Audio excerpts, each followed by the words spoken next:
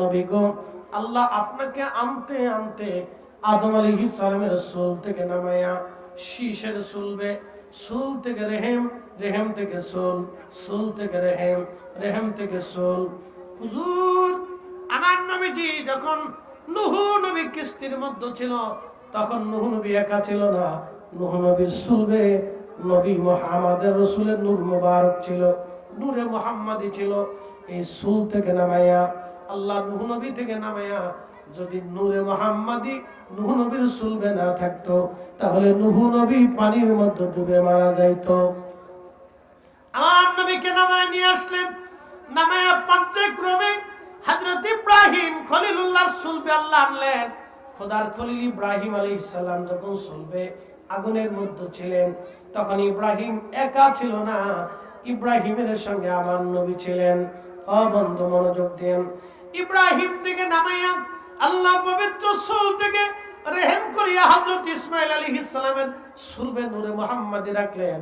যখন ছুরি নামানো হয়, তখন ইসমাঈল কুরবানি হয়ে যাওয়ার কথা, কিন্তু নূরে মুহাম্মাদি থাকার কারণে ইসমাঈল কুরবানি হয় নাই। একবার জোরে বলা যাবে আল্লাহু আকবার। এরপরে নূরে মুহাম্মাদি পবিত্র চুল করে করে করে করে আনতে আনতে আনতে আনতে আনতে আনতে আনতে আনতে হযরত আব্দুল মুত্তালিবের চুলবে নূরে মুহাম্মাদি আনা হলো। আব্দুল মুত্তালিব নূরে মুহাম্মাদি চুলবে আনা হলো। আব্দুল মুত্তালিব থেকে নামাইয়া পবিত্র নূরে মুহাম্মাদি হযরতে আব্দুল্লাহর পবিত্র চুলবে নিয়ে আসা হলো। আব্দুল্লাহ যখন আব্দুল্লাহর চুলবে নূরে মুহাম্মাদি, তখন ইহুদিরা চিন্তা করলো, গবেষণা করে দেখলো আকাশে একটা নক্ষত্রের উদয় হয়েছে। তারা গণনা করে দেখলো এই নক্ষত্র যখন আসবে তখন আখিরি নবী দুনিয়াতে আসবে। তখন ইহুদি পণ্ডিতরা বলল, নবী মুহাম্মদুর রাসূলুল্লাহ সাল্লাল্লাহু আলাইহি সাল্লাম আরবের মক্কায় কুরাইশ বংশের বনু হাশেমের আব্দুল মুত্তালিবের ছেলে আব্দুল্লাহর পবিত্র পেশানিতে নূরে মুহাম্মাদি আছে, যে কোনো মূল্যে আব্দুল্লাহকে মেরে ফেলতে হবে। শেষ ওয়াজ এখানে হয় নাই। নবীজির আব্বাজান কাবা তাওয়াফ করতে আসে, ওই বিপদ থেকে বেঁচে গেছেন। তিনি শুকরানা আল্লাহর ঘর তাওয়াফ করতেছেন, আল্লাহর ঘর তাওয়াফ করতেছেন, শুকরানা তাওয়াফ। একসাথে বলবেন না মারহাবা। তিনি কার উপর বিশ্বাসী ছিলেন? আল্লাহর উপরে। জোরে বলেন আল্লাহর উপরে বিশ্বাসী না হলে কি একজন ব্যক্তি এই বিপদ থেকে বাঁচার পরে কাবা ঘর আল্লাহর দরবারে এসে শুকরানা করে কাবা ঘর ধরে দোয়া করতেছে, আল্লাহ আপনি আমাকে আজ কঠিন বিপদ থেকে বাঁচিয়ে দিলেন। তো এইরকম তাওয়াফ করতেছে। তখন ওরাকা বিন নওফলের বোন ছিল, তার একটা নাম ছিল উম্মে ফাতেমা, আর এক নাম ছিল উম্মে কিতাল, তার 4-5টা নাম ছিল। এক এক সিরাতে এক একটা নাম আসছে। ইমাম ইবনে কাসির আল বেদার মধ্যে তিনি লিখেছেন, শোনেন, ইমাম ইবনে কাসির আল বেদাতে তার নাম লিখছেন উম্মে কিতাল। উম্মে কিতাল আসছে কাবা তাওয়াফ করার জন্য। তার ভাইয়ের নাম ওরাকা বিন নওফল, নাম শুনছেন আপনারা। এই ওরাকা বিন নওফল ছিল ওই জমানার সর্বশ্রেষ্ঠ পাদ্রী, এক আল্লাহতে বিশ্বাসী হানিফ সম্প্রদায়ের অন্যতম। তিনি এক আল্লাহতে বিশ্বাসী ছিলেন, তিনি কোনো মূর্তির সামনে কখনো মাথা নত করেন নাই। তখনও তিনি এক আল্লাহতে বিশ্বাসী ছিলেন। একজন লোকই ছিল, তার বোন ছিল উম্মে কিতাল বা ফাতেমা। তিনি দেখতেছে হযরত আব্দুল্লাহ পেশানিতে নূরে মুহাম্মাদি ঝলমল করে। একসাথে বলবেন না মারহাবা। উম্মে কিতাল ডাক দিয়ে বলতেছে, আব্দুল্লাহ দাঁড়াও। প্রিয় নবীর আব্বাজান আব্দুল্লাহ দাঁড়িয়ে গেলেন। উম্মে কিতাল বা উম্মে ফাতেমা বলতেছিল, এ আব্দুল্লাহ তুমি কি আমাকে বিয়ে করবে? বলতেছে, আমি তো তোমাকে বিয়ে করব। আমার তো অভিভাবক আছে, আমার চাচা, আমার আব্বাজান। আমার আব্বাজানের সাথে পরামর্শ ছাড়া কোনো সিদ্ধান্ত দিতে পারি না। বলে, তোমার আব্বা কি বলবে? ওরাকা বিন নওফলের বোন উম্মে কিতাল আমাকে বিয়ে করতে চায়। তোমার আব্বা তোমার জীবনের বিনিময়ে কাবা শরীফের সামনে 100 উট কুরবানি করেছিল। ওই 100 উট তোমার আব্বাজানকে আমি হাদিয়া দিয়ে দিব। আব্দুল্লাহ রে, বলো তুমি আমারে বিয়ে করবানি? তখন আব্দুল্লাহ ডাক দেয়া বলেন, উম্মে কিতাল, বিয়ে কাকে করব না করব সেটা আমার বাবার সিদ্ধান্ত, এটা আমার না। তারা কত পবিত্র ছিল দেখছেন, বিয়ে করবে বাবার অনুমতি নিয়ে। এই জন্য আল্লাহ রাসূলের আব্বা আম্মাকে কেউ যদি কাফের মনে করে, তা সারা জিন্দেগীর নামাজ রোজা নষ্ট হবে। ঠিক কথা বলেন না কেন? যারা বলে ওদের বিশ্বাসের সাথে আমাদের বিশ্বাসের কোনো মিল নেই, হতে পারে না। আল্লাহর নবীর আব্বা জানের কাছে হযরত আব্দুল্লাহ, আব্বা যা হযরত আব্দুল্লাহ চলে গেলেন তার বাবা আব্দুল মুত্তালিবের কাছে। যাওয়ার আগে ওদিকে কাজ হয়ে গেছে। কাজ কি? নবীজির যিনি নানা ছিলেন আব্দুল ওয়াহাব জুহরি, তিনি এসে বন্ধু আব্দুল মুত্তালিবকে প্রস্তাব দিয়েছেন, বন্ধু তোমার ছেলেটার সঙ্গে আমার মেয়ের বিবাহ দিতে চাই। ওইদিকে বিয়ে পাকাপাকি হয়ে গেল, দিন তারিখ নির্দিষ্ট হয়ে গেল। আল্লাহর নবীর আব্বা জানের সাথে তার আম্মা জানের শাদী হয়ে গেল। শাদী হয়ে যাওয়ার পরে পরের দিন বিয়ে শাদী কমপ্লিট হয়ে যাওয়ার পরে প্রিয় নবীর আম্মা জানকে তার আব্বা জান উঠিয়ে নিয়ে আসছেন ঘরে।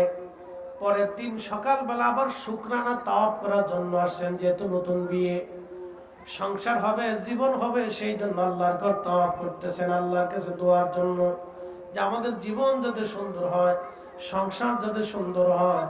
তারা আল্লাহর নবীর আব্বা জান তাওয়াফ করতেছিলেন আল্লাহর ঘর। উম্মে ফাতেমা তখনও যান নাই, কাবার পাশে তাবু টাঙ্গিয়ে তিনি ওইখানে বিশ্রাম করতেছেন। লক্ষ্য করলেন আজকে আব্দুল্লাহ দেখা যায়, কিন্তু নূরে মুহাম্মাদিয়া দেখা যায় না। আব্দুল্লাহ, উম্মে ফাতেমা ডাক দিছে, আরে আব্দুল্লাহ এদিকে আসো, তুমি কে বিয়ে করেছো? আব্দুল্লাহ বলে, হ্যাঁ আমি শাদী করেছি। বলে কাকে? বলে ওয়াহাব জুহরির মেয়ে আমেনাকে আমি বিয়ে করেছি। বলে আব্দুল্লাহ তাহলে তুমি চলে যাও।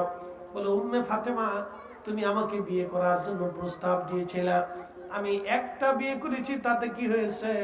তুমি যদি বলো তোমার প্রস্তাবটা আমি আব্বাজানকেও বলবো। আগের যুগে আরবদের অধিক বিবাহের একটা প্রচলন ছিল, এখনো তারা সেই বিয়ে ধরে রাখছে। এই জন্য আগে বলছি তারা 8টা 10টা 20টা 15টা করে বিয়ে করে। বন্ধু, এবার রাসূলের আব্বাজান বললেন, উম্মে ফাতেমা তুমি যদি বলো তাহলে আমি বিয়ে করতে চাই। বলেন না আমি তোমাকে বিবাহ করব না। বলে কারণ কি? এতদিন তুমি আমার পাগল ছেলে, এখন তুমি আমার পাগল না। বলতেছে আব্দুল্লাহ রে, আমি তো মূলত তোমার পাগল না, তোমার সাথে বিয়ে বসার জন্য আমি পাগল না। তুমি বুঝো নাই, তুমি জানো না, তাওরাত জবুর ইনজিল থেকে আমি জানি তুমি নূরে মুহাম্মাদের অধিকারী, তোমার মাধ্যমে পৃথিবীতে আখিরি নবী আসবে রে আব্দুল্লাহ। আমি আখিরি নবীর মা হতে চেয়েছিলাম। একসাথে বলেন আল্লাহু আকবার। আমি আখিরি নবীর মা হতে চেয়েছি আব্দুল্লাহ, কিন্তু আমি না বড় ভাগ্যবতী। সাবধান, ওই নূরে মুহাম্মদ এখন আমিনার কাছে। আব্দুল্লাহ তুমি আমিনাকে সম্মান করবে, তুমি জানো না সে কত বড় নিয়ামতের অধিকারী হয়েছে, তুমি জানো না সে আখিরি নবীর মা হতে চলেছে। আব্দুল্লাহ তুমি তাকে সম্মান করবে, তাকে আদর করবে, তাকে তুমি পরিপূর্ণ তার হক তুমি আদায় করবে। সাবধান, তোমাকে বলে দিচ্ছি সেই নূরে মুহাম্মাদি কি জানোনি? বারাহুল্লাহু মিন নূরিন সাফা। ইমাম ইবনে কাসির আল বাদাতে লেখছে, আমি লিখিনি। পৃথিবীর অন্যতম শ্রেষ্ঠ সিরাতবিদ, বিশুদ্ধ কিতাব লেখক ইমাম ইবনে কাসির, তিনি তার কিতাবে লিখতেছেন, তখন উম্মে কিতাল বলতেছিল, হে আব্দুল্লাহ বারাহুল্লাহু মিন নূরিন সাফা, আল্লাহ তাকে বিশুদ্ধ পরিশুদ্ধ নূর দিয়ে সৃষ্টি করছে। একসাথে বলা যাবে না আল্লাহু আকবার। তাওরাতে জবুরে ইনজিলে লেখা বারাহুল্লাহু মিন নূরিন সাফা, বিশুদ্ধ নূর দিয়ে আল্লাহ তাকে তৈরি করছে। এখন আপনি নূর মানলেও নূর, না মানলেও নূর। এই জোরে বলেন, জোরে বলেন। আপনি মানলেও নূর, না মানলেও। এখন আপনার মানা না মানা দিয়ে রাসূল নূর মাটি হবে না, মানলেও নূর, না মানলেও নূর। আরে উম্মে কিতাল তাওরাত জবুরের ইনজিলের পারদর্শী আলেমা মহিলা ছিলেন, তার ভাই ওরাকা বিন নফল, তিনি বলতেছেন আব্দুল্লাহ তাওরাত জবুরে এভাবেই আসছে, তুমি শোনো তার পরিচয়। বারাহুল্লাহু মিন নূরিন সাফা, আল্লাহ তাকে পবিত্র নূর দিয়ে, পরিশুদ্ধ নূর দিয়ে আল্লাহ তাকে সৃষ্টি করেছেন। তাকে আল্লাহ দুনিয়াতে পাঠাবেন। এই নূরের অধিকারী এখন আমেনা হয়ে গেছে। আব্দুল্লাহ রে, আমি তো তোমার পাগল না, আমি আখিরি নবীর মা হতে চাইছিলাম, কিন্তু আমার বদনসিব, আমিনার বুলন্দ নসিব। তুমি তাকে সম্মান করবে, তাকে ভালোবাসবে, তার অধিকার সংরক্ষণ করবে। আমি তোমার কাছ থেকে বিদায় নিলাম। আসসালাম আল বেদা করে হযরতে আব্দুল্লাহর কাছ থেকে উম্মে কিতাল চলে গেল চিরদিনের জন্য, আর কোনোদিন ফিরে আসে নাই। সে নূরে মুহাম্মাদি আল্লাহ হযরত আমিনার মাধ্যম দিয়ে পৃথিবীতে আনছেন। রাসূল বলতেন, আমার উম্মত তোমরা শোনো, আমিও দা ইব্রাহিম খলিলুল্লাহ, আমি ইব্রাহিমের দোয়ার ফসল, ও বাশারাতু ঈসা রুহুল্লাহ, আমি ঈসা নবীর সুসংবাদ। আর রুইয়া উম্মি আল্লাতি খারাজা মিনহা নূর, আমার মা দেখতেন, আমার মায়ের ভিতর থেকে প্রসবকালীন সময়ে একটা নূর মুবারক বের হয়ে গেছে। একসাথে বলবেন আল্লাহু আকবার। না না, আরো জোরে জোরে বলেন, জোরে বলেন, জোরে। আদম কি ওয়ালা? মাটিওয়ালা। জোরে বলেন, আদম কি ওয়ালা? আমার নবী তখন কি ওয়ালা? নূরওয়ালা রে, নূরওয়ালা, নূরের মাধ্যমে পৃথিবীতে আনছে। এখানে আপনি মানলেও নূর, না মানলেও, আপনার মানা না মানা দিয়ে তোর মাটি হইতো না। কথা কর না কেন? আপনি মানলেও নূর, না মানলেও নূর, আপনার মানা না মানা দিয়ে আর নবী মাটি হইতো না। তিনি নূরের তৈরি মানুষ। আল্লাহ তাকে ওই পদ্ধতিতে সৃষ্টি করেছেন। বললে আপনি প্রশ্ন করবেন কেমনে? কেমনে আল্লাহর কাছে জিজ্ঞাসা, কি কথা কর না কেন? খেজুর গাছের ভিতর থেকে মিষ্টি রস কে বের করে? না না, একসাথে বলেন, কে করে? যিনি এক মাটির ভিতর থেকে হাজার কোয়ালিটির গাছ তৈরি করতে পারেন, ফল খাওয়াইতে পারেন, তিনি মাটির মানুষের ভিতর থেকে নূরের মানুষ আনতে পারে না? ইয়া তো ছোট ঈমান নিয়ে আমরা চলি না। কি কথা কর না কেন? ঠিক কিনা? আল্লাহ কবুল করুক, বলেন আমিন। এসেছেন যত নবী সকলের ইমাম, সালাম নবী তোমায় হাজার সালাম, ইয়া নবী সালাম আলাইকা, ইয়া রাসূল সালাম আলাইকা, ইয়া হাবিব সালাম আলাইকা,